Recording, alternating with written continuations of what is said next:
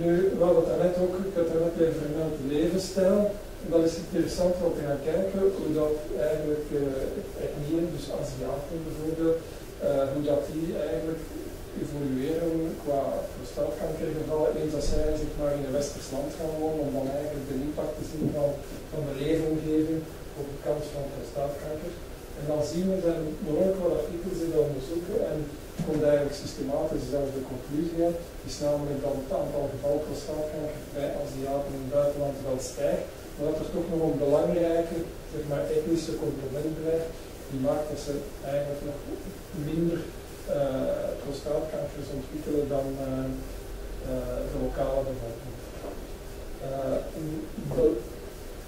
Een uitzondering daarop is een Brits onderzoek, waar ze dus in Leicester verschillende generaties van Aziaten onderzocht hebben. En daar bleek dus dat eigenlijk de oudere leden van die Aziatische gemeenschap zijn de mensen die al langer in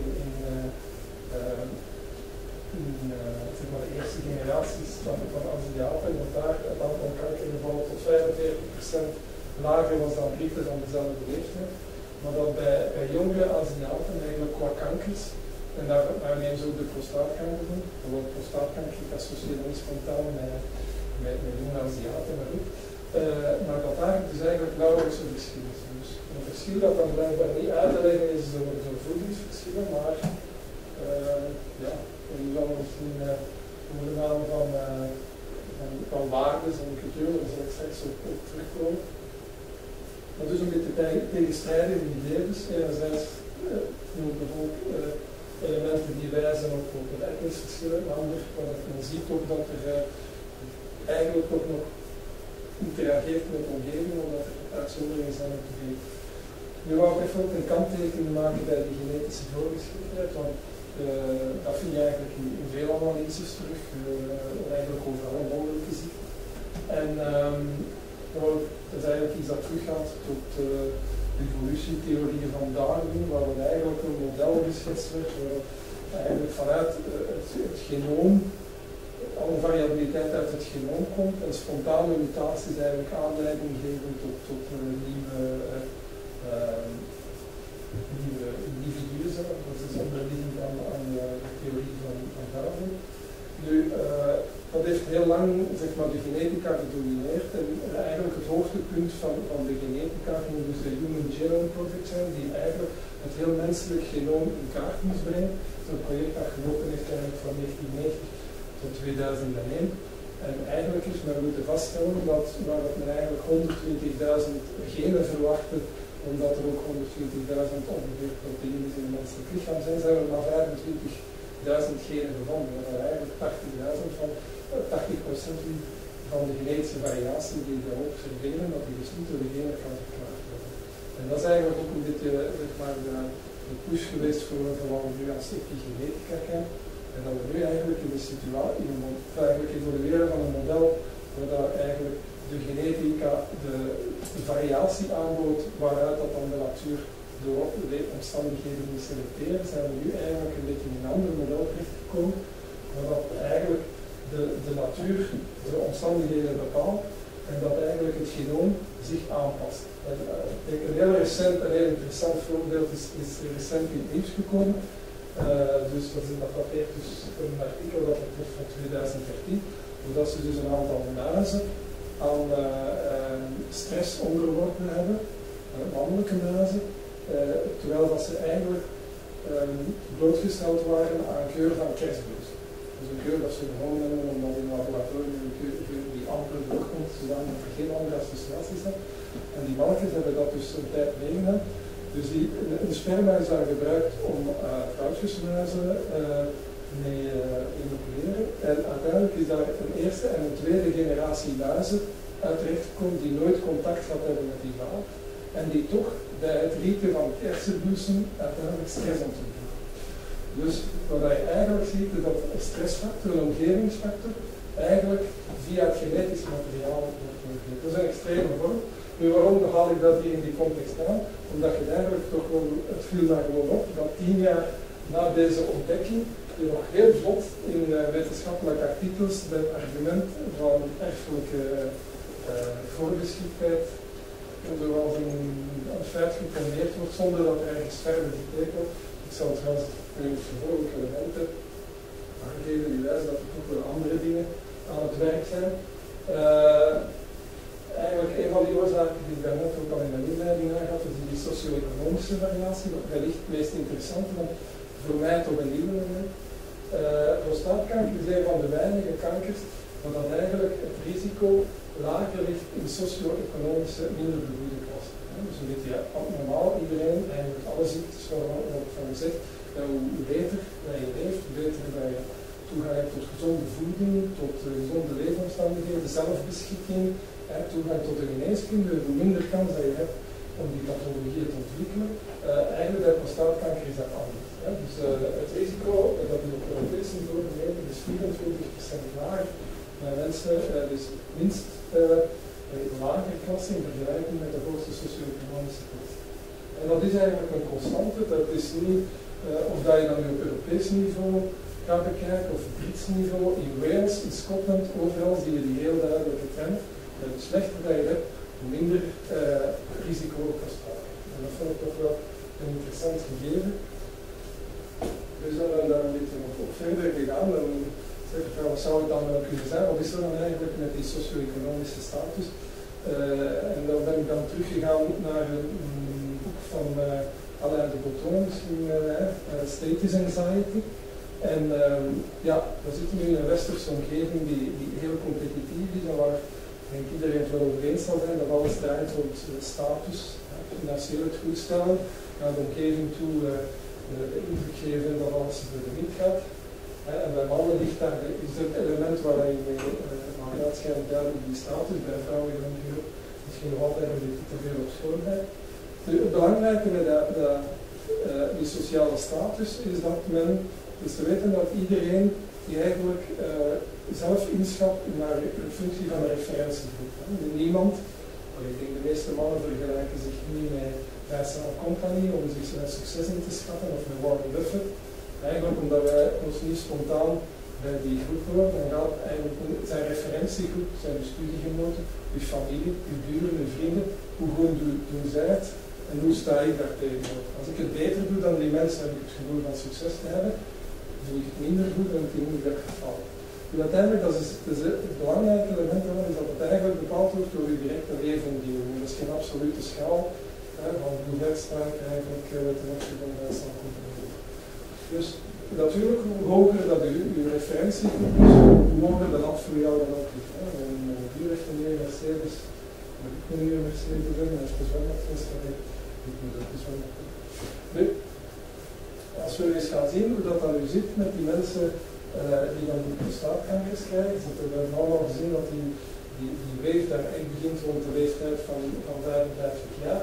Nu wat gebeurt er? Nu dat een soort endemie lijkt, wat gebeurt er eigenlijk op die leeftijd van 55 jaar?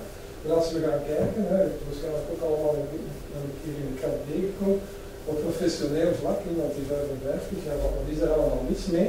Hoe wordt hier gezien door zijn collega's?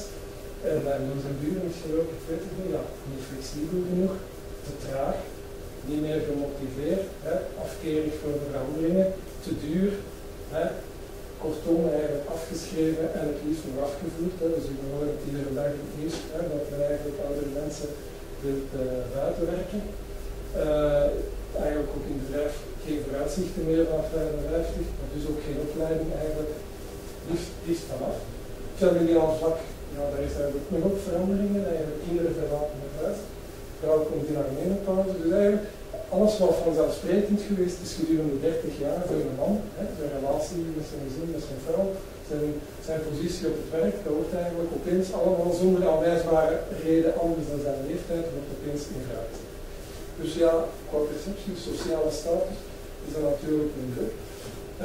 Als we dan dus gewoon eens de kranten openslaan om te zien hoe dat het eigenlijk, hoe dat daar 50-plussers gepercipieerd worden, dus werknemers niet enthousiast over kwaliteit 50-plussers. Hoogstens zouden 50-plussers nog een baantje als schoonmaker of vuilnisman inzitten.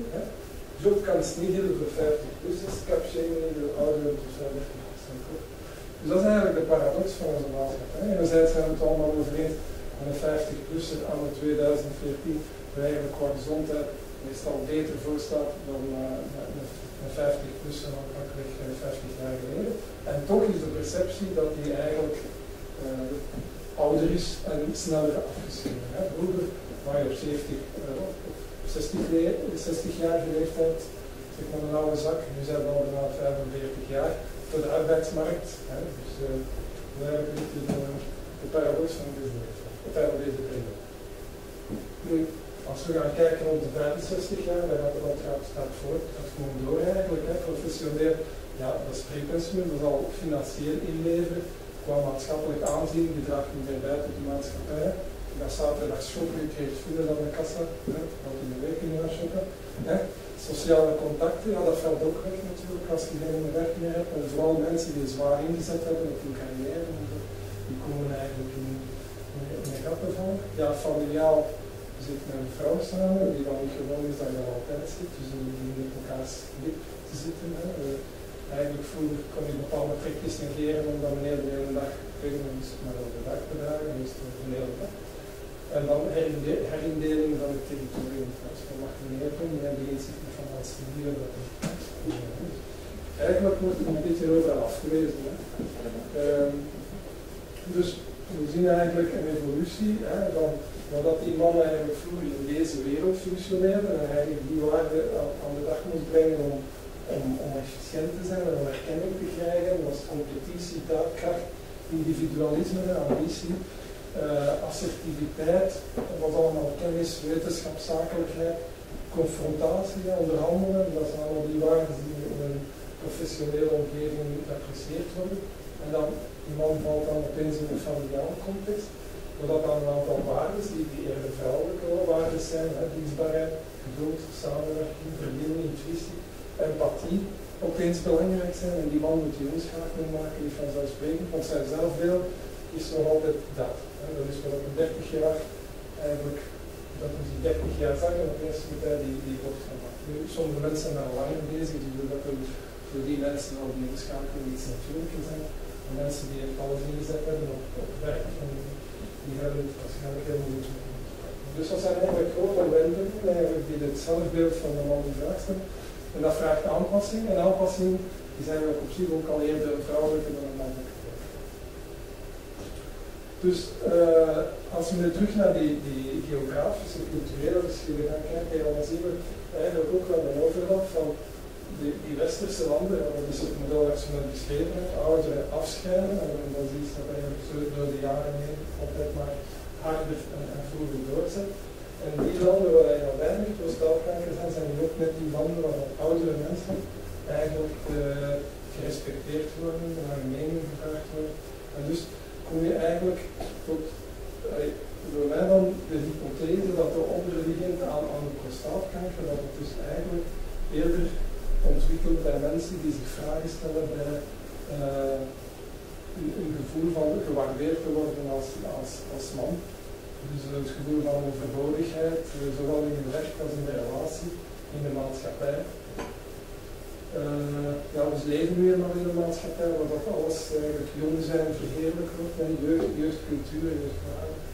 En uiteindelijk het normale proces, een veroudering, 50-plussers, dat is gewoon, die komen er allemaal door, dus niet maar dat wordt eigenlijk opeens in zichte. En eigenlijk is het normaal verouderingsproces dat als iets abnormaal afgeschreven wordt. En dat verklaart dus, of zou verklaren waarom dat die prostaatkankers op steeds jongere leeftijd gaan voorkomen. Die verjonging die we daar gezien hebben in de populatie. En ook die verdubbeling van prostaatkankers. Eigenlijk, dit geldt natuurlijk zeker voor de prostaatkanker, want dat is geanalyseerd, maar we kunnen ook de vraag stellen, dat is natuurlijk niet gedocumenteerd, ook bij prostatitis. Mensen die prostatitis ontwikkelen ook niet op een zekere fase in hun leven met diezelfde problematiek geconfronteerd worden, omdat ze hun job verloren hebben, door mensen die daar zwaar op ingezet hebben, dan opeens in de werkloosheid terechtkomen of in een relatie verstoten geweest zijn, omdat ze eigenlijk ook afgewezen voelen. Dus dat is eigenlijk gewoon hier een element om mee te nemen.